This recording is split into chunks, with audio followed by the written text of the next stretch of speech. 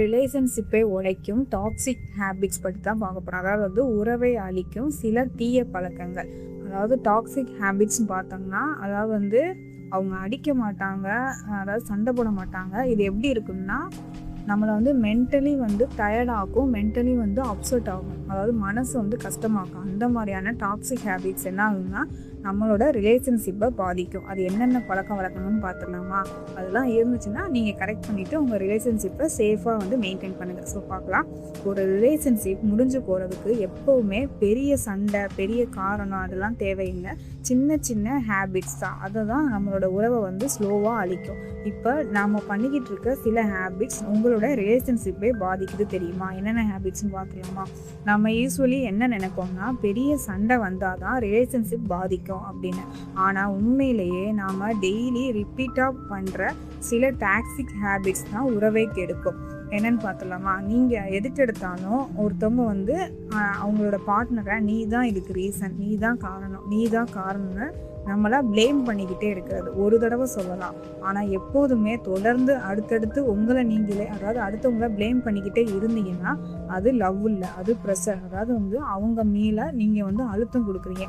ஒரு சின்ன விஷயம் நடந்திருக்கோம், அந்த விஷயத்துக்கு காரணம் உங்கள் பார்ட்னராக இருந்திருக்க மாட்டாங்க. ஆனால் நம்ம ஆட்டோமேட்டிக்காக நம்ம என்ன பண்ணுவோம், ஒன்னால தான் இது நடக்குது, ஒன்னால தான்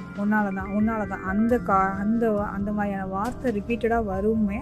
என்ன ஆகும்னா அது லவ்வாக இல்லை, ப்ரெஷராக தான் இருக்குது. அதே மாதிரி பேசாமல் இருக்கிறது, ரிப்ளை கொடுக்காம இருக்கிறது. நீங்கள் என்ன நினைக்கிறீங்க, நான் சைலண்ட்டாக இருக்கிறேன்னு நினைக்கிறீங்க. ஆனால் ஆப்போசிட் பர்சனுக்கு தான் தெரியும் அது பனிஷ்மெண்ட். அதாவது நம்ம பேசுகிறதுக்கு ரிப்ளை வர மாட்டேங்குது, எதுவுமே ஆன்சர் வர மாட்டேங்குது. இது ஆப்போசிட் பர்சனுக்கு ஒரு பனிஷ்மெண்ட்டாக இருக்குது. நெக்ஸ்ட்டுன்னு பார்த்தோம்னா ஓவர் திங்கிங், அதாவது டவுட். அதாவது சில பேர் என்ன பண்ணுவாங்க, ஒரு விஷயம் நடந்திருக்கும், அதுக்கு மென்டலி ஓவர் திங்கிங் ஆகிட்டு இருக்கும். இல்லைன்னா சின்ன சின்ன விஷயத்துக்கும் டவுட் வரும், சந்தேகம் வரும். சின்ன விஷயத்தையும் பெருசாக எடுத்துக்கிட்டு டவுட் பண்ணுறது.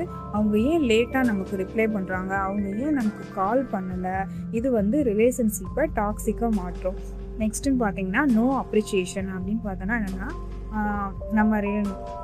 நம்மளோட பார்ட்னர் நம்மளுக்கு தெரிஞ்சவங்க யாராக இருந்தாலும் அவங்க ஏதாவது நல்லது பண்ணாங்கன்னா அதை நார்மலாக ஓகே அப்படின்னு எடுத்துக்கிடுவோம். இதே அவங்க ஒரு சின்னதாக ஒரு தவறு பண்ணாங்கன்னு வைங்களேன், அது ஒரு பெரிய இஷ்யூஸாக நம்ம க்ரியேட் பண்ணிடுவோம். அப்ரிசியேஷன் இல்லாத இடத்துல லவ் நீண்ட நாள் இருக்காது.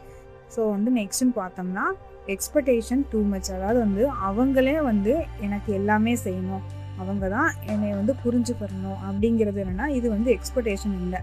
ஒருத்தவங்க மேலே நம்ம திணிக்கிற அவங்க தான் அழுத்தம் சொல்லலாம். நீங்கள் தான் எல்லாமே எனக்கு பண்ணணும், நீங்கள் தான் என்னைய புரிஞ்சுக்கணும் அப்படின்னு ஒருத்தவங்க மேலே திணிக்கிற அந்த அழுத்தம் எப்படின்னா எக்ஸ்பெக்டேஷனாக ஆயிடுது. இது லவ் இல்லை அப்படிங்கிறதும் சொல்கிறேன். ஸோ நீங்கள் என்ன நினைக்கிறீங்க, நான் லவ்வுக்காக தான் இப்படி பண்ணுறேன்னு நினைக்கிறீங்க. ஆனால் சில நேரம் இது எல்லாமே இந்த டாக்ஸிக் ஹேபிட்ஸ் எல்லாம் தான் ரிலேஷன்ஷிப்பை டேமேஜ் பண்ணும். ஸோ இதுக்கு சேஞ்சஸ்ன்னு பார்த்தீங்கன்னா, சொல்யூஷன் பார்த்தீங்கன்னா சேஞ்சஸ்லாம் பெருசாக வேணாம்.